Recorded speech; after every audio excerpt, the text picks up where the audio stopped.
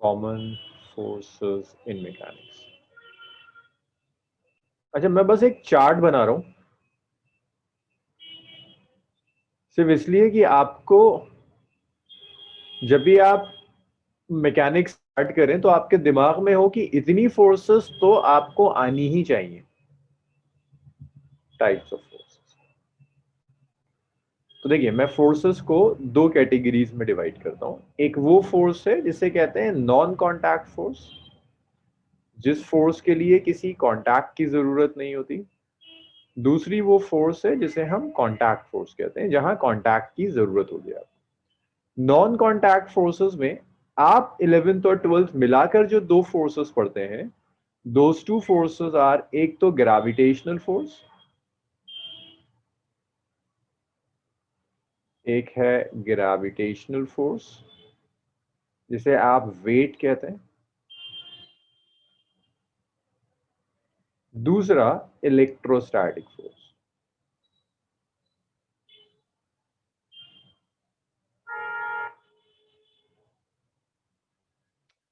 Electrostatic force, और यही magnetic force भी आ जाती है। बेसिकली इलेक्ट्रिक फोर्स से ही आप मैग्नेटिक फोर्स भी ला सकते हैं। ये तो थी नॉन कॉन्टैक्ट फोर्सेस। अब कॉन्टैक्ट फोर्सेस में जो फोर्सेस आपको पता होनी चाहिए, एक फोर्स होती है जिसे आप कहते हैं नॉर्मल रिएक्शन, एक फोर्स होती है जिसे आप कहते हैं टेंशन, और एक फोर्स होती है जिसे आप कहते हैं फ्रिक्शन। फिर फ्रिक्शन को आप दो पार्ट्स में डिवाइड कर देते हैं। आप कहते हैं एक फ्रिक्शन है जो फ्लूइड में होता है, इसे इंटरनल फ्रिक्शन कहते हैं, और इसे विस्कोसिटी कहते हैं। और एक सॉलिड्स में जो फ्रिक्शन एक्ट करता है, इसे फ्रिक्शन कहते हैं। फिर इसके बाद आपको एक फोर्स और पता होनी चाहिए जिसे बॉइंड फोर्स कहते हैं।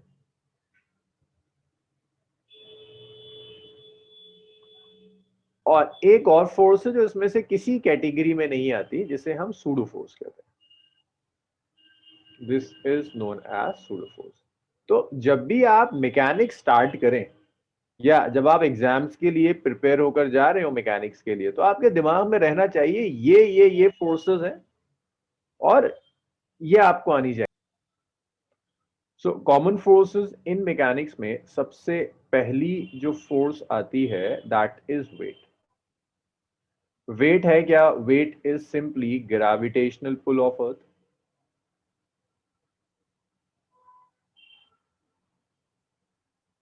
अर्थ के ग्रेविटेशनल पुल को वेट कहते हैं। वो फोर्स है जिस फोर्स से अर्थ बॉडी को अपनी तरफ पुल करती है। बहुत सिंपल लैंग्वेज में, force with which earth pulls. वो फोर्स जिस फोर्स से अर्थ किसी बॉडी को पुल करती है, उस फोर्स को आप वेट कहते हैं। तो अगर आपने एक बॉडी ली मास m की, इसका जो वेट होगा वो वेट डाउनवर्ड्स एक्ट करेगा, which is equal to mg।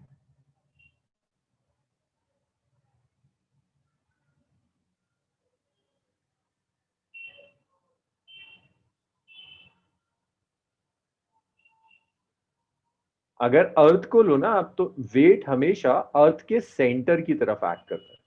अगर एक बॉडी यहां रखी हुई है तो वेट टुवर्ड द सेंटर ऐसे एक्ट कर रहा होगा। तो वो अपवर्ड्स या डाउनवर्ड्स लिखना गलत होता है। Direction of the centre of earth, it acts towards the centre of earth.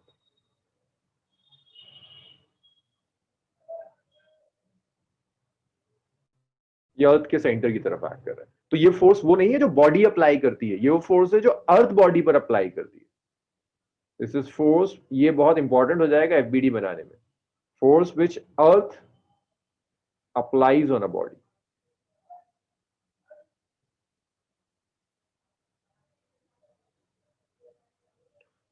तो वो फोर्स जो अर्थ बॉडी पर अप्लाई करेगी, that force is known as weight. उस फोर्स को हम वेट कहते हैं। वेट के बाद नेक्स्ट फोर्स होती है विच normal reaction. It's a contact force. ये तब एक्ट करती है जब दो सॉलिड सर्फेसेस कॉन्टैक्ट में हो। it acts between two solid surfaces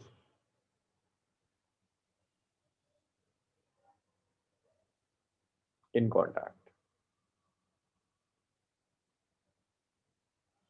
अगर आपके कॉन्टैक्ट में दो सॉलिड सर्फेसेस हैं, उन दो सॉलिड सर्फेसेस के बीच में जो फोर्स एक्ट करेगी that is normal reaction. Examples देखते चले जाइए. मान लीजिए आपने ग्राउंड लिया, ये ऐसे जब मैं लिखता हूं ना, इसका मतलब एक ग्राउंड है. इस पर आपने ये बॉडी रख दी, सॉलिड बॉडी. सॉलिड बॉडी और ग्राउंड में कांटेक्ट हो रहा है, नॉर्मल रिएक्शन एक्ट करेगा. ग्राउंड क्या करेगा, इसके ऊपर एक नॉर्मल रिएक्शन अप्लाई करेगा बॉडी पर.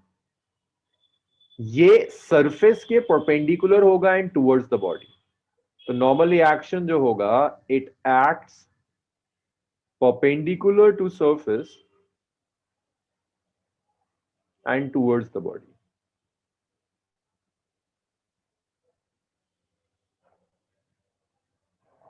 तो नॉर्मल रिएक्शन हमेशा सरफेस के परपेंडिकुलर एक्ट करता है और टुवर्ड्स द बॉडी एक्ट करता है. हमेशा हमेशा टुवर्ड्स द बॉडी. इस चीज को याद कर लो.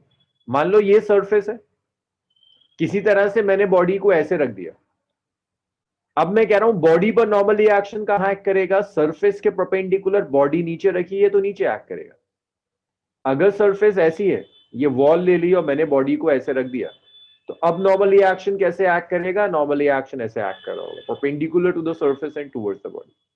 जितने कांटेक्ट होंगे उतने नॉर्मल रिएक्शंस एक्ट करेंगे. मान लीजिए आपने दो सरफेसेस ले ली और आपने एक बॉडी को उठाकर कुछ ऐसे रख दिया, लाइक ये आपने बॉडी ली और इस बॉडी को ऐसे करके रख दिया.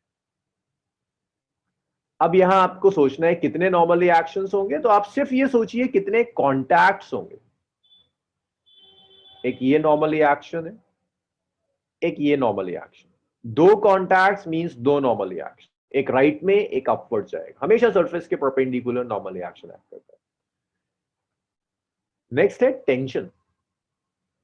टेंशन वो फोर्स है जिससे स्ट्रिंग पुल करती है.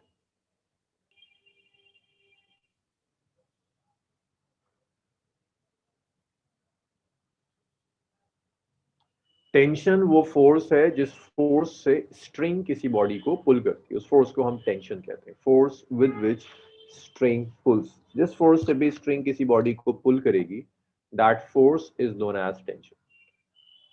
तो अगर आपने एक स्ट्रिंग, एक मास लिया और आप इस मास को स्ट्रिंग से खींच रहे हो, मैं स्ट्रिंग पर फोर्स अप्लाई कर रहा हूं, स्ट्रिंग इस मास पर जो फोर्स अप्लाई करेगी that force is known as tension. जब मैं स्ट्रिंग कह रहा हूं ना, दैट मींस रोप ले लो, वायर ले लो, थ्रेड ले लो, हर चीज आपके लिए स्ट्रिंग है. टेंशन का डायरेक्शन होता है स्ट्रिंग के along and away from the body.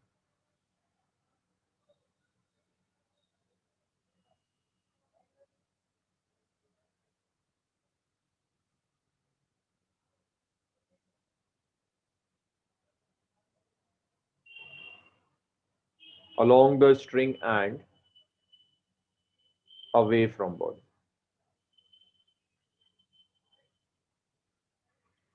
So tension string के अलोंग एक्ट करती है और बॉडी से दूर एक्ट करती है हमेशा. तो अगर मैं एक स्ट्रिंग लूं और इससे मैं मास यहां अटैच कर दूं, तो टेंशन स्ट्रिंग के अलोंग एक्ट करेगी and away from the body.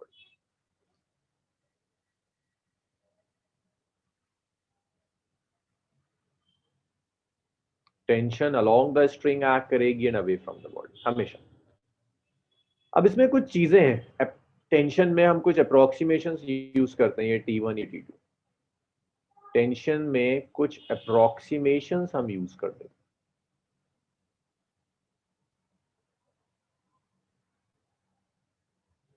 First approximation है,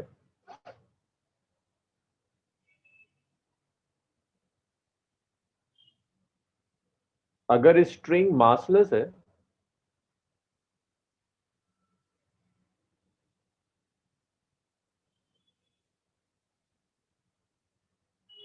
तो टेंशन स्ट्रिंग के हर पार्ट में सेम है.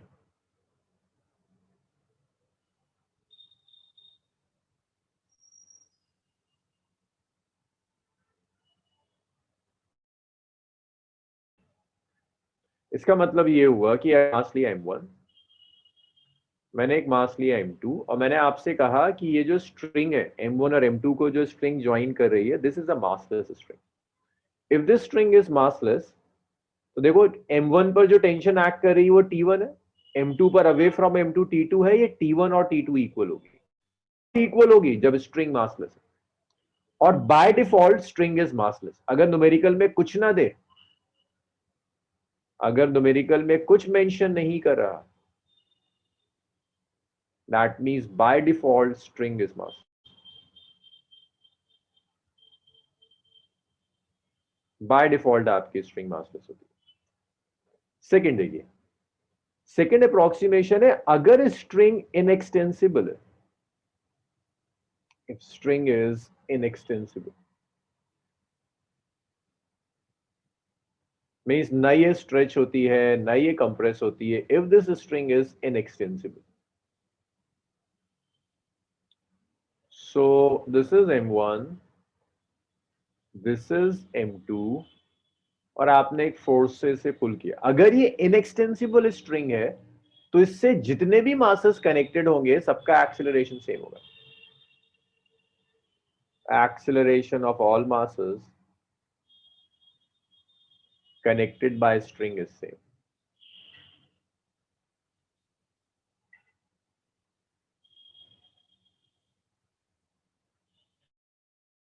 अगर स्ट्रिंग स्ट्रेच नहीं कर पाती तो स्ट्रिंग से आप जितने भी मासेस कनेक्ट करेंगे सारे मासेस का एक्सेलरेशन सेम होगा, सब मासेस एक ही एक्सेलरेशन से जाएंगे। ये सेकेंड अप्रोक्सीमेशन जो स्ट्रिंग में हम यूज करते हैं। फ्री बॉडी डायग्राम देखिए, एफबीडी जिसे हम कहते हैं। तो देखिए लॉज ऑफ मोशन में प्रॉब्लम सॉल्व करने के लिए हम सबसे पहले एफबीडीज बनाएंगे। तो देखिए एफबीडी क्या होता है, एफबीडी में कुछ रूल्स है, rules for making FBD, rules for making FBD. FBD बनाने के कुछ रूल्स हैं। पहला रूल, आप बॉडी को सिस्टम से अलग कर दीजिए, आइसोलेट बॉडी फ्रॉम सिस्टम। आप बिल्कुल बॉडी को सिस्टम से आइसोलेट कर दीजिए, अलग कर दीजिए।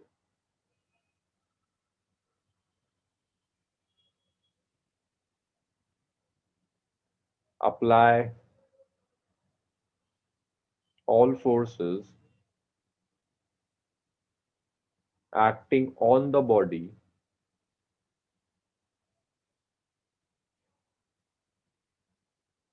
by system।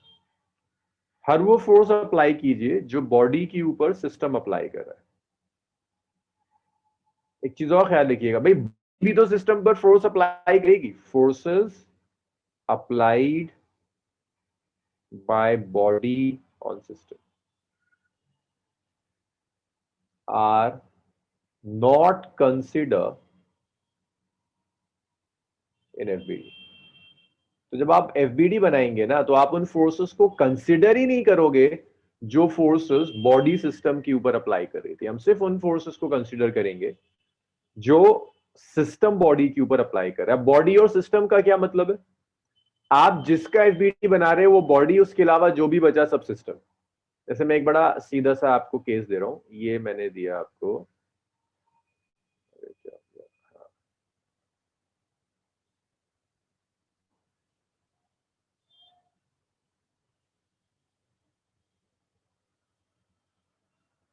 ये गया और ये गया।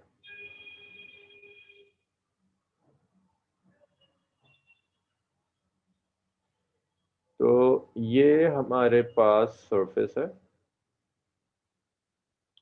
सरफेस पे दो बॉडीज रखी, एक का मास m1, दूसरे का मास m2। अब मुझे देखना है इस m1 और m2 पर कितनी फोर्सेस एक्ट करेंगे। m1 पर अगर मैं देखूं, देखो पहली चीज होगी अर्थ m1 को अपनी तरफ पुल करेगा m1g, और हर फोर्स के ऊपर लिखते रहेंगे दिस इज कौन अप्लाई कर रहा है, किसके ऊपर अप्लाई कर रहा है। ये है force on m1 by earth, earth apply कर रही है m1 के ऊपर। फिर ये जो सरफेस है, ये सरफेस भी इस m1 पर एक नॉर्मल रिएक्शन लगाएगी, कांटेक्ट हो रहा है, इसको मैं n1 कह देता हूं। तो ये n1 क्या है, रिएक्शन ऑन बॉडी। कौन लगा रहा है, सरफेस लगा रही है। ऑन बॉडी कौन सी है, m1।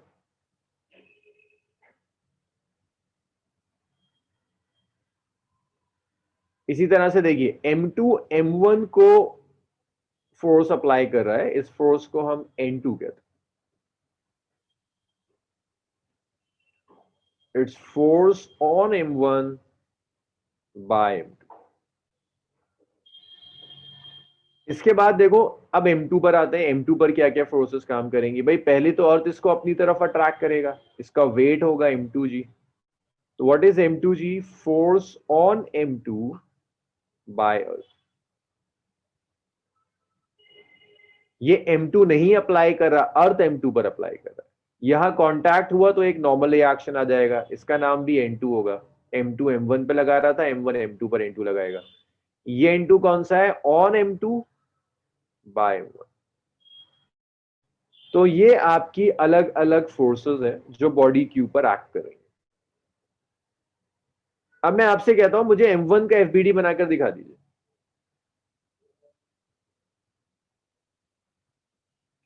तो जब आप M1 का FBD बनाएंगे,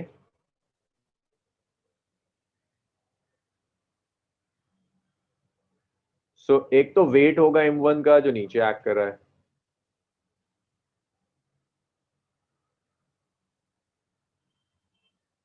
M1G। एक नॉर्मल रिएक्शन होगा जो ऊपर एक्ट कर रहा है, विच इज N1। एक वेट होगा जो नीचे एक्ट कर रहा है, नॉर्मल रिएक्शन होगा जो नीचे एक्ट कर रहा है, दैट्स N2। ये M1 का FBD। इसके अलावा कोई फोर्स नहीं है जो M1 पर एक्ट कर रही है। M2G M1 पर नहीं एक्ट कर रहा, M2G M2 पर एक्ट कर रहा है, अर्थ अप्लाई कर रहा है। तो एक N1, एक M1, एक M2, ये तीन फोर्सेस हैं जो M1 पर एक्ट कर रहे हैं। ये आपने FBD भी बना लिया। अब इसके बाद, अब FBD को हम दो तरह के क्वेश्चंस में सॉल्व करेंगे। पहले टाइप का जो क्वेश्चन है, that's first type of question जिसमें आप FBD को यूज करेंगे वो इक्विलिब्रियम।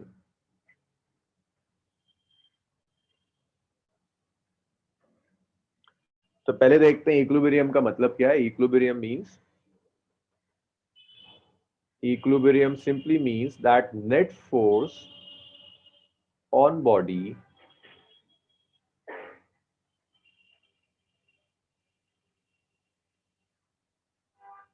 जो N2 जो M1 की तरफ एक्ट कर रहे होगे। देखिए आयशा, M2 और M1 में कांटेक्ट है ना, जहां भी कांटेक्ट होगा वहां नॉर्मल रिएक्शन होगा, जहां भी कांटेक्ट है। सो M2 और M1 में एक कांटेक्ट है तो यहाँ नॉर्मल रिएक्शन होगा। वो नॉर्मल रिएक्शन कहाँ एक्ट करेगा? टूवर्ड्स M1 एक्ट करेगा। हमेशा जिस जगह भी आपको कांटेक्ट मिल जाए वहां नॉर्मल रिएक्शन एक्ट करता है, और कहाँ एक्ट करता है? टूवर्ड्स द बॉडी एक्ट करता है।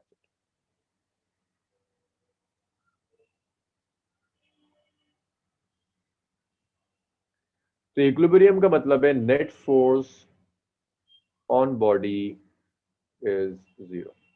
अगर एक बॉडी इक्विलिब्रियम में है, इसका मतलब है उसके ऊपर जो नेट फोर्स होगी, that net force is zero. That's equilibrium. F net is equal to zero. Force अगर जीरो है तो आप लिख सकते हैं कि एक्सेलरेशन भी जीरो होगा। अगर फोर्स जीरो है, दैट मींस जो नेट एक्सेलरेशन होगा वो नेट एक्सेलरेशन भी जीरो होगा। नेट फोर्स जीरो है तो नेट एक्सेलरेशन भी जीरो आएगा। अब आप इक्विलिब्रियम को कई पार्ट्स में क्लासिफाई कर सकते हैं।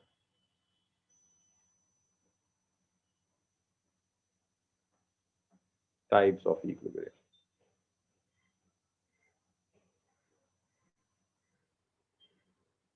इक्विलिब्रियम स्टैटिक हो सकता है और इक्विलिब्रियम डायनामिक हो सकता है। स्टैटिक इक्विलिब्रियम का मतलब है एक्सेलरेट। देखो इक्विलिब्रियम है ना, तो इक्विलिब्रियम की तो सारी कंडीशंस फॉलो होंगी। नेट फोर्स जीरो, बस फर्क ये आएगा, मैं यहां पर पहले लाइन लिख दूं फिर डिस्क्राइब कर दूंगा उसे। स्टैटिक मींस बॉडी रेस्ट में। स्टैटिक मींस जो बॉडी इक्विलिब्रियम में है वो रेस्ट में है। डायनामिक का मतलब है बॉडी मोशन में है। अगर बॉडी मोशन में है then that is dynamic equilibrium, अगर बॉडी रेस्ट में है then that is static equilibrium. और मोशन भी कैसा है? Uniform motion. तो देखिए अगर एक बॉडी रेस्ट में है तो ये कंडीशन तो सेटिस्फाई हो ही रही है ना कि net force zero, net force zero means acceleration zero, और यहां ये यूनिफॉर्म मोशन में है, दैट मींस वेलोसिटी कांस्टेंट है। वेलोसिटी कांस्टेंट होने का मतलब है एक्सेलरेशन जीरो, एक्सेलरेशन जीरो होने का मतलब है net force zero, because force is mass into acceleration which is zero. तो ये दो तरह के इक्विलिब्रियम्स होंगे, एक स्टैटिक होगा और दूसरा डायनामिक इक्विलिब्रियम होगा। तो पहले जो हम ज्यादातर जो आपके पास क्वेश्चंस आएंगे, या शायद आज मैं जितना आपको कराऊं उसमें आप ज्यादातर स्टैटिक इक्विलिब्रियम देखोगे, कुछ केसेस डायनामिक इक्विलिब्रियम के भी हो सकते हैं, बट ज्यादातर आप स्टैटिक ही देंगे। इक्विलिब्रियम के बाद नेक्स्ट क्वेश्चंस पर आएंगे डायरेक्ट। हाँ, अच्छा बस क्वेश्चंस के लिए एक चीज याद रखिएगा, इक्विलिब्रियम में नेट फोर्स जीरो थी। हम अक्सर ऐसे किया करेंगे, एक्स एक्सिस के अलॉन्ग नेट फोर्स जीरो, आसान होता है, हमेशा फोर्सेस को रिजॉल्व कर कर एक्स वाई और जेड के अलॉन्ग ले जाते हैं, जेड एक्सिस के अलॉन्ग फोर्स जीरो। भाई मैं एक क्वेश्चन दे रहा हूं जो मुझे देना तो नहीं चाहिए, लेकिन बेसिक सा क्वेश्चन है, लेकिन मैं सिर्फ ये देखना चाह रहा हूं कहीं आप में से कोई ऐसा तो नहीं है कि उसे रेजोल्यूशन में भी परेशानी हो, क्योंकि रेजोल्यूशन ने अगर परेशान किया तो आगे की सारी चीजें परेशान करेंगी। तो ये मैंने आपको एक टी दिया है जो कि 5 न्यूटन का है, तो मुझे बता दो जरा टी का y कंपोनेंट कितना होगा और टी का x कंपोनेंट कितना होगा। अगर आप नहीं जानते, साइन 37 इज 3/5 होता है एंड कॉस 37 इज 4/5 होता है। देखिए टी y कितना हो जाएगा, ये हो जाएगा टी कॉस 37। यस, तो t is 5, cos 37 is 4/5, it gets cancelled out as 4 Newton. Tx is 5 sine 37, 5 into 3/5 which is 3 Newton, 4 Newton और 3 Newton forces। तो इक्विलिब्रियम में ना कितना भी कॉम्प्लिकेटेड तुम्हें स्ट्रक्चर दिख रहा हो, कितना भी कॉम्प्लिकेटेड स्ट्रक्चर दिख रहा हो, आपको पहला काम ये करिए कि उसे x के अलोंग और y के अलोंग रिजॉल्व कर दीजिए, फिर आगे बढ़िएगा, कितना भी कॉम्प्लिकेटेड क्यों ना दिख जाए। तो मैं एक बहुत बेसिक क्वेश्चन से शुरू करूंगा, दो क्वेश्चंस करेंगे, दोनों क्वेश्चंस मोरलेस सारे कॉन्सेप्ट्स यूज कर लेंगे। अब इसी में ना ये जो इक्विलिब्रियम है, इसमें एक चीज और मैं आपको सिखाता हूँ चलूं। इसमें एक थ्योरम आती है जिसे हम कहते हैं लैमीज थ्योरम। वैसे मैं आपको ऑनेस्टली बताऊं तो बिना लैमीज थ्योरम के सारे काम हो जाते हैं, लेकिन फिर भी है तो पता होना चाहिए लैमीज थ्योरम क्या कहती है। लैमीज थ्योरम कहती है कि ये पॉइंट है, इस पॉइंट पर तीन फोर्सेस एक्ट कर रही है, एक F1 एक्ट कर रही है, एक F2 एक्ट कर रही है और एक F3 एक्ट कर रही है। अच्छा भाई एक चीज और है कि इस साल 30% पोर्शन डिलीट तो हो गया है, लेकिन जेई की तरह ना नीट में भी शायद वो ऑप्शंस में आ जाए, तो मैं डिलीटेड पोर्शन भी कराता हुआ चल रहा हूं।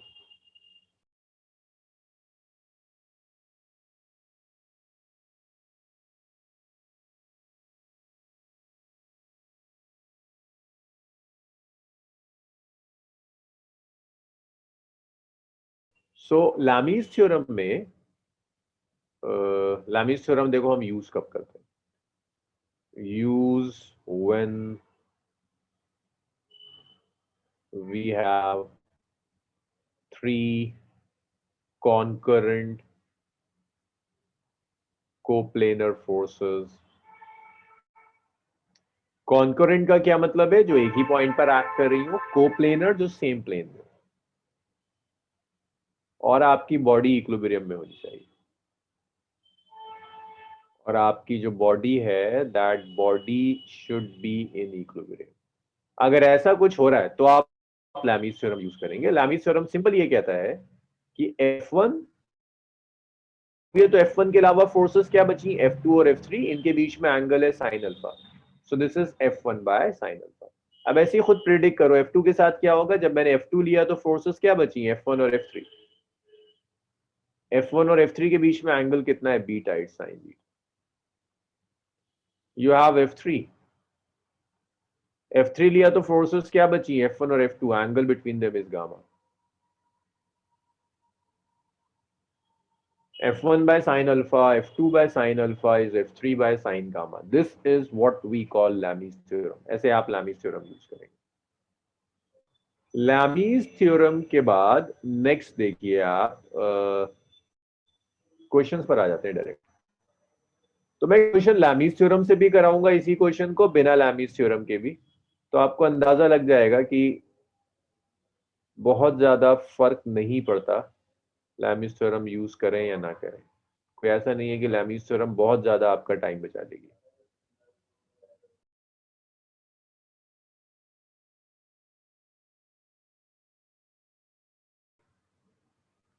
तो ये आपने एक बॉडी ले ली जिसका वेट है 30 kg, मास है 30 kg। हाँ, ये तो 90 डिग्री दिख ही रहा है आपको, और इसे ना 37 डिग्री ले लेते हैं। तो ये 3 स्ट्रिंग्स हैं। वो आपसे कहता है calculate tension in each string. देखो यहाँ क्या क्या, इसको कुछ मान लेता हूं मैं, पॉइंट पी मान लेता हूँ। पहले 30 kg पर देखते हैं क्या क्या फोर्सेस होंगी। 30 kg का वेट होगा, नीचे एक्ट कर रहा होगा 30 G। जी की वैल्यू 10 होती है, अगर आप रख दो तो वेट आ जाएगा 300 न्यूटन। स्ट्रिंग है, एक टेंशन एक्ट कर रही होगी, मान लीजिए उस टेंशन को मैंने T1 कह दिया। ये फोर्सेस हो गई। पी पॉइंट पर देखते हैं, पी पॉइंट से 3 स्ट्रिंग कनेक्टेड है। एक ये कनेक्टेड है तो यहां टेंशन होगी T1, यहां टेंशन होगी T2, और यहां टेंशन होगी T3। ना सिस्टम इज इन इक्विलिब्रियम।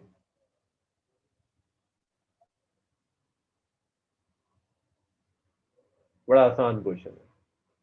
अगर सिस्टम इक्विलिब्रियम में ना, तो पहले तो आप 30 kg को अलग से एफबीडी बना लो। दिख रहा है ना 30 kg अलग है, 30 kg का एफबीडी बना लो। मैं पहले क्वेश्चन में तो लिख रहा हूँ एफबीडी वेफबीडी, अगले में नहीं लिखूंगा, डायरेक्ट कर दिया करूंगा। तो आपने ये 30 kg का एफबीडी बनाया। सो यहां नीचे वेट एक्ट कर गया 300 न्यूटन, ऊपर टेंशन एक्ट कर गई T1, और ये कहीं नहीं गया, इक्विलिब्रियम में ना।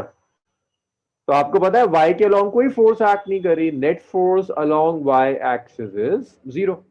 कितनी फोर्स है? एक T1, एक 300। तो आप ऐसे लिख सकते हो, किसी एक को पॉजिटिव ले लो, मान लो ऊपर वाले को पॉजिटिव ले लिया, नीचे वाला नेगेटिव हो जाएगा, इज इक्वल टू 0। T1 आया 300 न्यूटन। मैं आपसे एक्सपेक्ट करूंगा कि आप डायरेक्ट ये लिखो, भाई इक्विलिब्रियम में जितनी फोर्स ऊपर उतनी नीचे, ऊपर कितनी एक्ट कर रही है T1, नीचे कितनी एक्ट कर रही है 300, so T1 is equal to 300 newton. अब इस P पॉइंट पर देखो, T1 तो पता चल गई, T3 और T2 चाहिए। T2 ना x के अलोंग है ना y के अलोंग है, तो मैंने कहा था आपको रेजोल्यूशन की जरूरत पड़ेगी। इस T2 को आप रिजोल्व करेंगे x के अलोंग भी और y के अलोंग भी। ये 37, तो ये भी 37 होगा। ये आ जाएगा T2 cos 37, और ये आ जाएगा T2 sin 37।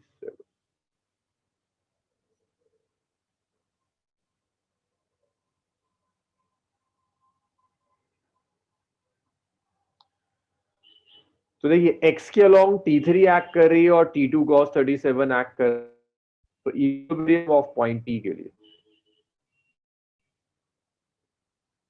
लेफ्ट में एक्ट कर रहा है T3, राइट में एक्ट कर रहा है T2 cos 37। तो ये जो T3 होगा, इट्स T2 cos 37। मैं डायरेक्ट लिखूंगा, मैं ऐसे भी लिख सकता हूं कि T3 minus T2 cos 37 is 0। But आपको पता है इक्विलिब्रियम में तो x के लॉन्ग फोर्स 0 होगी, इक्वल हो गया।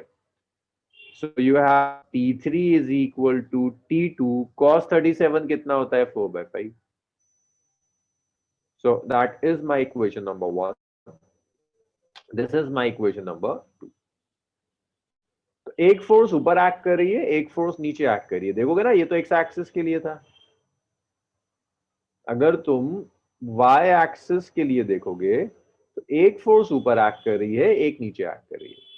जो ऊपर एक्ट कर रही है दैट इज T2 sin 37, नीचे जो एक्ट कर रही है that's T1 sin 37 is 3/5 which is equal to T1। So T1 is by 5 T2, और यहां से हम T2 निकाल सकते हैं।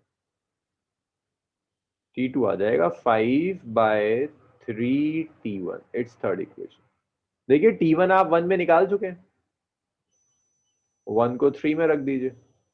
जब आप 1 को 3 में रख देंगे तो T2 हो जाएगा 5/3 इंटू 300, 100 आ गया, 500। T2 आ गया तो देखो यहां से T3 आ जाएगा, 4/5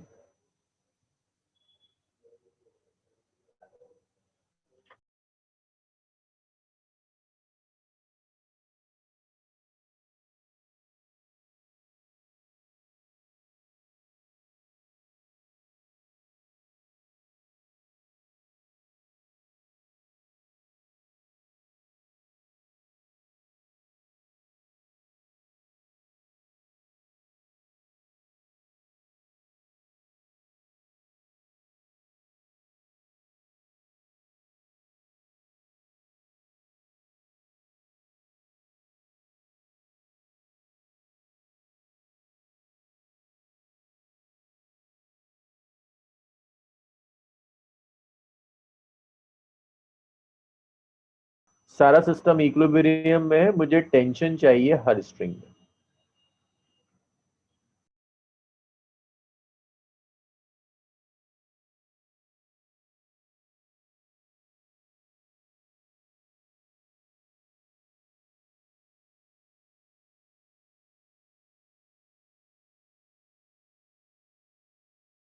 इस एंगल की भी परेशानी आ रही है किसी को, भाई ये भी 37 होगा, है ना, ऑल्टरनेट एंगल से। T1 के जब हम कंपोनेंट्स लेंगे, so this is T1 cos 45 degree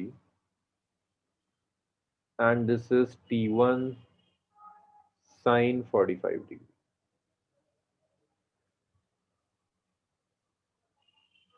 ये T2 है, it's T2 cos 37 degree and this is T2 sin 37 degree।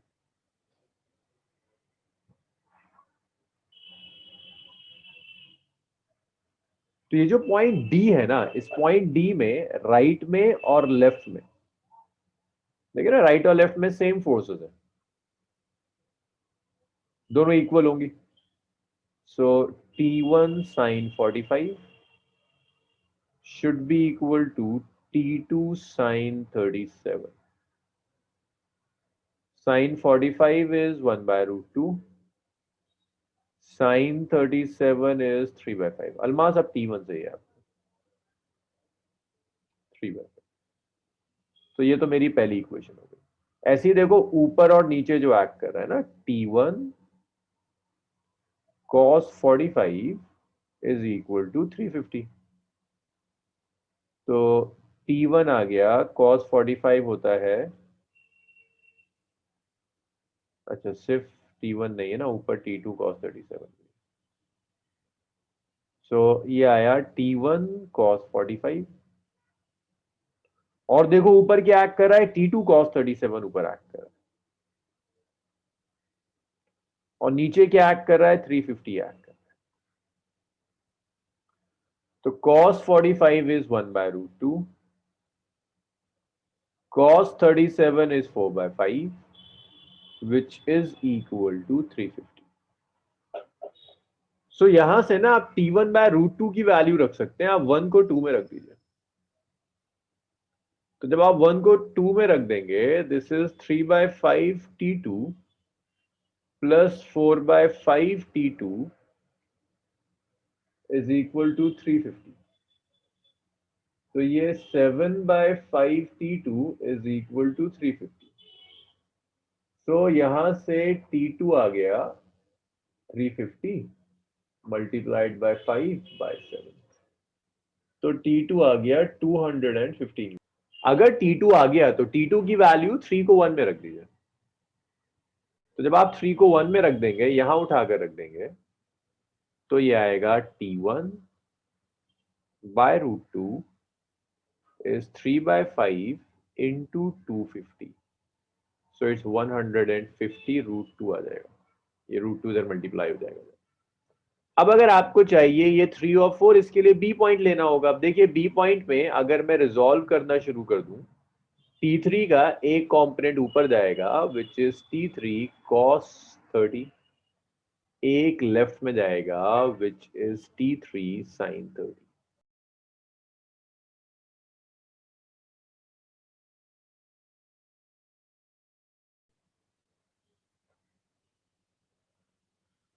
तो पॉइंट बी जब आप लेंगे ना,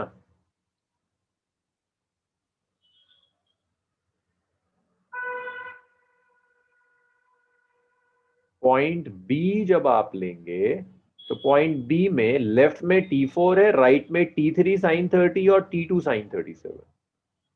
लेफ्ट में T4 है और राइट में T3 sin 30 और T2 sin 37।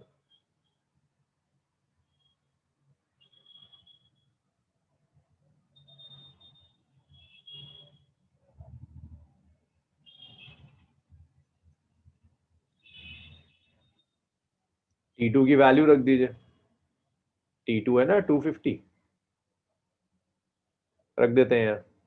तो आया T4 is T3 sin 30 is half plus T2 which is 250 sin 37 is 3/5, 50 हो गया। तो आपको ये मिल गया T4 है T3/2 प्लस 150। इसे मैं इक्वेशन नंबर 4 कह देता हूँ, मेरे ख्याल से 3 हो गई थी। हाँ जी 4 हो गई। अब इसके बाद अगर आप बी पॉइंट में वाई एक्सिस के अलोंग देख रहे हैं, ये तो मैंने एक्स एक्सिस के अलोंग लिया, अगर आप वाई के अलोंग देख रहे हैं तो देखिए वाई के अलोंग कितनी फोर्सेस हैं, एक ये है, एक 100 न्यूटन है, एक T2 cos 37 है। तो आप ऐसे लिख सकते हैं T3 cos 30 है sin 30 है, cos 30 इज इक्वल, ये ऊपर एक्ट कर रहा है, नीचे ये एक्ट कर रहा है 100 और T2 cos 37, it's 100 plus T2 cos 37. So it's T3 cos 30 is root 3/2. It's 100 plus T2 cos 37 is 4/5. T4 नहीं था कहीं? अच्छा चलिए, नहीं। T2 आपको ऑलरेडी पता है, T2 कितना है 250 न्यूटन, लास्ट सेक्शन में कैलकुलेट किया था। वैल्यू अगर सब्स्टिट्यूट कर दूं, T3 into root 3/2 it's 100 plus T2 which is 250 into 4/5, तो ये 50 हो गया। T3 into root 3/2, it's 300. T3 is 300 into 2 by root 3. So T3 is 600 by root 3 Newton. आप इसे सॉल्व कर लो, रूट 3 से डिवाइड कर दो तो 200 रूट 3 आ जाएगा। अब अगर T3 आ गया तो T3 की वैल्यू आप यहां रख दीजिए, T4 आ जाएगा, इसे आप 5 कह दीजिए।